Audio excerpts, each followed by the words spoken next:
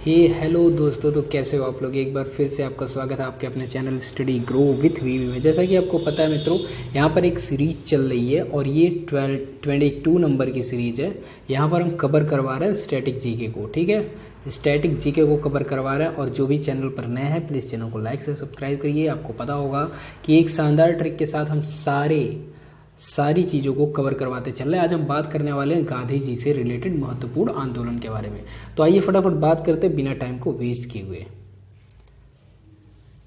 तो सबसे पहले अगर गांधी जी की बात करते हैं तो सबसे पहले जाइए उनका जन्म कब हुआ है, ठीक है, उनकी मृत्यु कब हुई है।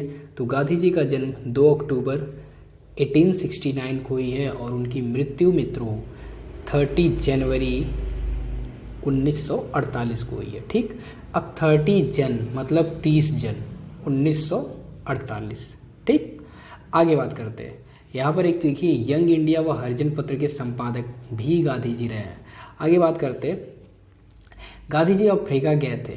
ठीक, अब गांधी जी अफ्रीका गए थे, कब गए थे, क्यों गए थे, कैसे गए थे, ये सारी चीज़ें हम नहीं बताने वाले हैं। बस आपको ये एक रिवीजन के पॉइंट ऑफ व्यू से रखा गया है। इतिहास तो आपको पता होगा, सारी चीज़ें पढ़ लेना, और अगर नहीं समझ में आएगा तो इसके लिए एक स्पेसिफिक वीडियो जरूर आएगी। ठीक, तो हम सिर्फ यहाँ इतना पढ़ने वाले हैं कि कब गए थे, बस सन आपको याद करवाना है, ये मोटिव है हमारा।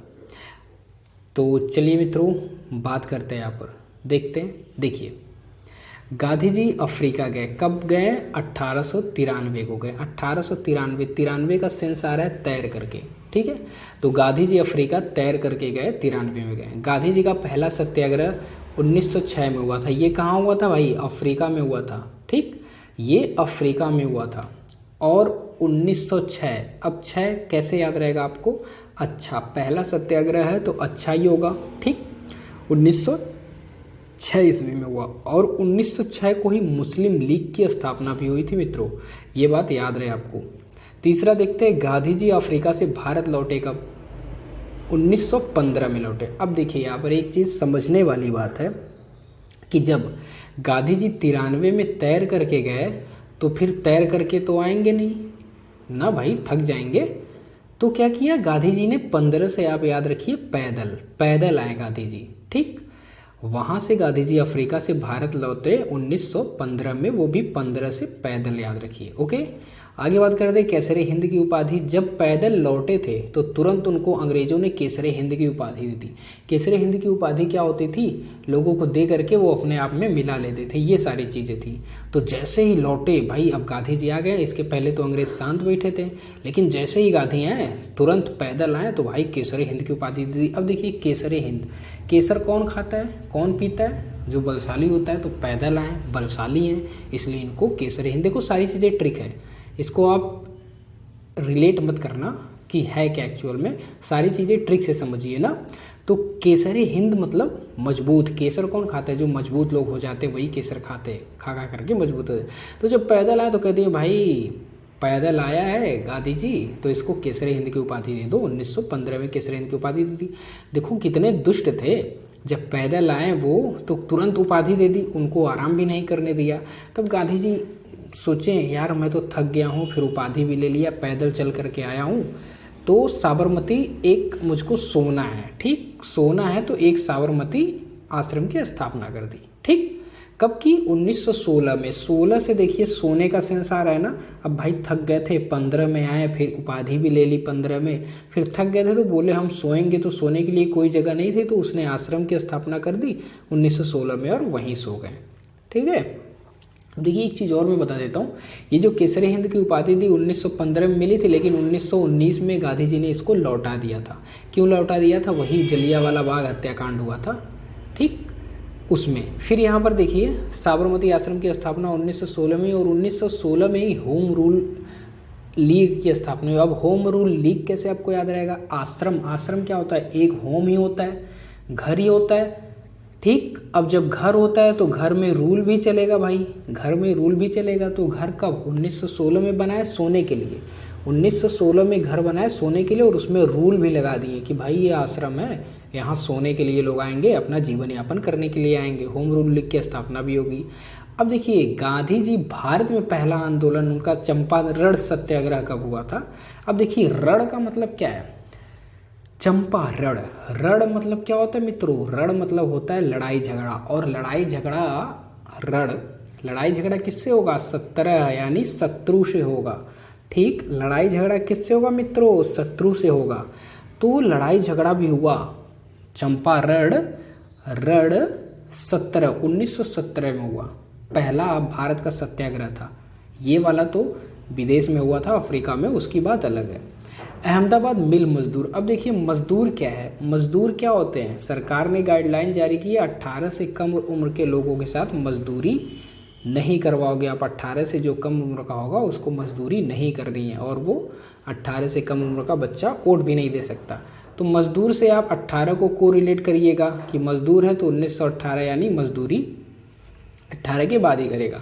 आगे बात करते हैं खिलाफत आंदोलन की। देखिए खिलाफत आंदोलन गांधी जी ने शुरू नहीं किया था, बट उसका नेतृत्व किया था, गांधी जी ने नेतृत्व किया था, और शुरू इसको अली बंधु ने किया था यूपी के गोरखपुर शहर से। ठीक, अली बंधु ने किया था 1919 को। और एक चीज़ देखिए आप, यहाँ पर रॉलेट एक्ट भी पारित हुआ था। कब पारित हुआ था, 1919 को ही, और 1919 में भी जलियांवाला बाग हत्याकांड भी हुआ था। देखिए एकदम समझिए बात को, खिलाफत आंदोलन ये जो खलीफा लोग थे उनको बचाने के लिए अली बंधु ने किया था। अंग्रेज उस पर बहुत मतलब दंड देते थे, उनको यातनाएं देते थे, पीड़ा देते थे, तो गांधी जी ने इसका नेतृत्व किया खिलाफत आंदोलन का 1919 में। और 1919 को रॉलेट एक्ट भी आया। ठीक, गांधी जी एकदम क्या करते थे, अंग्रेज लोग एकदम रूल बना देते थे, रोल कर देते थे।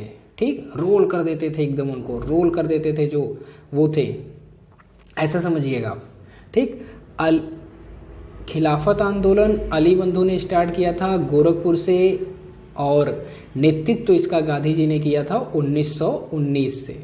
और 1919 को भी रॉलेट एक्ट आया और जलियांवाला बाग भी आया, हत्याकांड। ठीक, आगे हम बात करते हैं मित्रों असहयोग आंदोलन। असहयोग, देखिए आप किसी को असहयोग करेंगे मतलब सहयोग नहीं करेंगे तो आपके अंदर विष होगा, या फिर कोई आपके अंदर विष भरेगा कि भाई मत कर सहयोग इसका, ना मत कर सहयोग, तो विष भरेगा इसका, सहयोग मत करिए, सहयोग करने लायक नहीं है, तो उसके अंदर आप विष भर दोगे। या फिर असहयोग कब करोगे, जब आपसे असहयोग को समझिए सहन योग नहीं है। जब सहन योग कोई चीज़ नहीं रहता है आपसे, कोई चीज़ आप सह नहीं पाते हो, सहन योग नहीं रहता है, तो कहते हो भाई बस कर अब भाई बस कर, बस से 20 आ रहा है। ठीक, बस कर भाई अब नहीं होगा मेरे से। ओके, आगे बात करते हैं 1920 को असहयोग आंदोलन गांधी जी ने स्टार्ट किया था, लेकिन 1922 को वापस भी ले लिया था। अब वापस क्यों ले लिया, देखिए 20 से विष होता है और 22 से ये समझिए नाग है, नाग का फन ऐसे ही होता है ना, नाग ऐसे ही बना रहता है। ठीक, ऐसे देखिए ये नाग है, ठीक, ये फन है, 2 22 हो गया।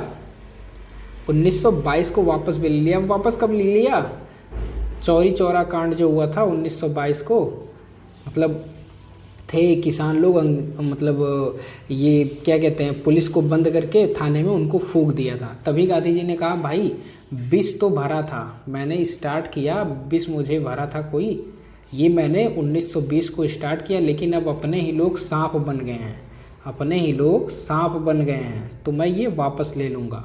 ठीक, आगे बात करते हैं 1922 का यही चौरा चौरा कांड है।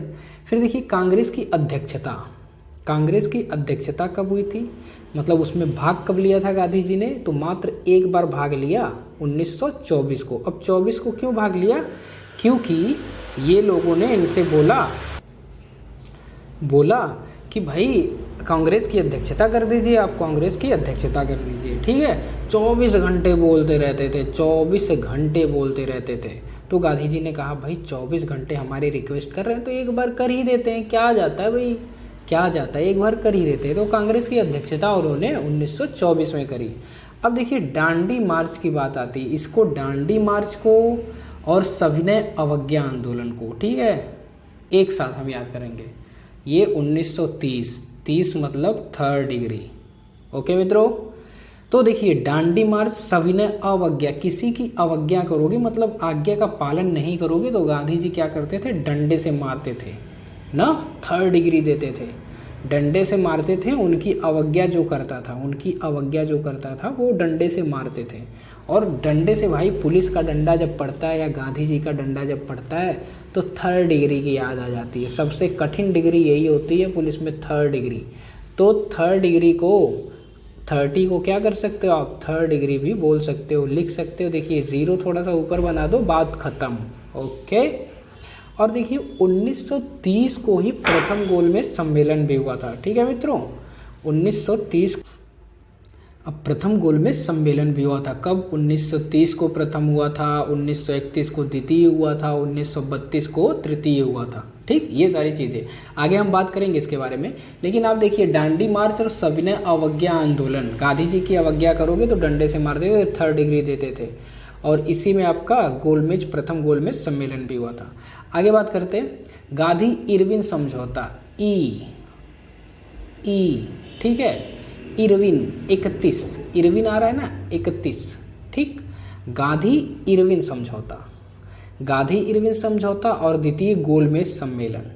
ओके मित्रों, ये कब हुआ था, ये 1931 में हुआ था, इरविन 31। और द्वितीय गोलमेज मैंने बताया प्रथम आपका 30 में हुआ, सारे सीरीज से हैं, पहला 30 में हुआ, दूसरा 31 में हुआ, तीसरा 32 में हुआ। ओके, 1930, 31, 32। ओके मित्रों, आगे तो गांधी इरविन समझौता और द्वितीय गोलमेज सम्मेलन कब हुआ था आपका, 1931 में हुआ।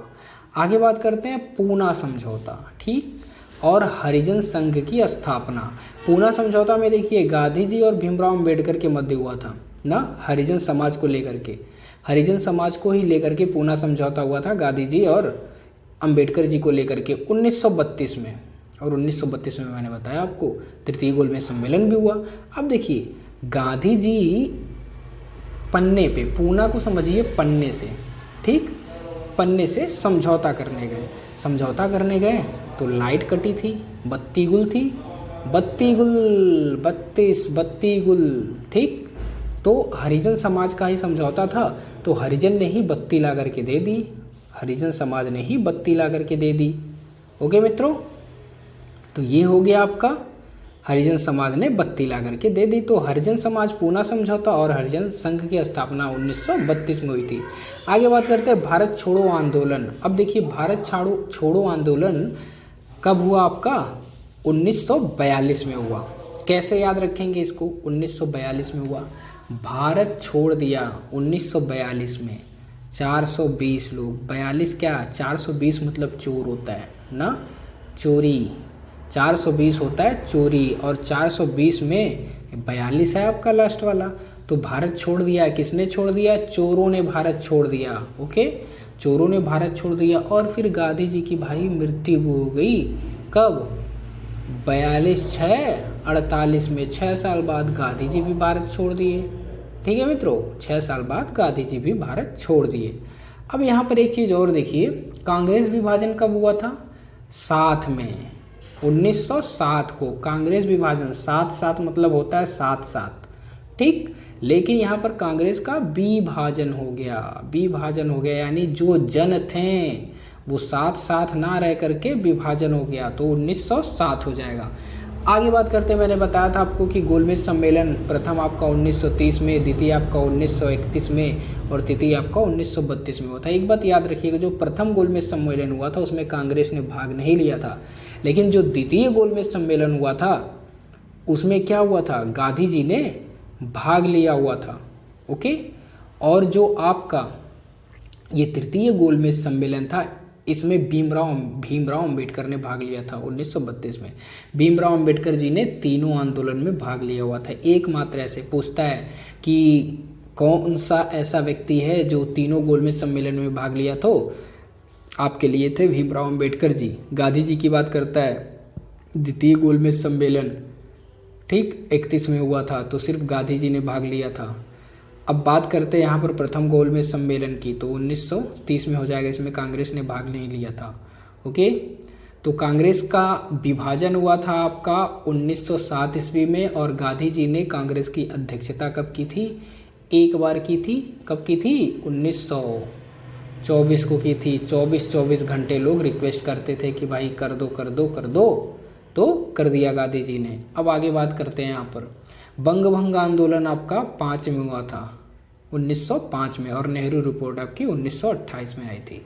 आई होप चीज़ें समझ में आई होंगी मित्रों। अगर चीज़ें समझ में आई, कुछ सीखे, तो प्लीज़ चैनल को लाइक शेयर सब्सक्राइब करिए, अपना प्यार बनाए रखिए। स्टडी ग्रो विथ वीवी, इसी तरह वीडियो आती रहेंगी। तो have a good day, bye, take care.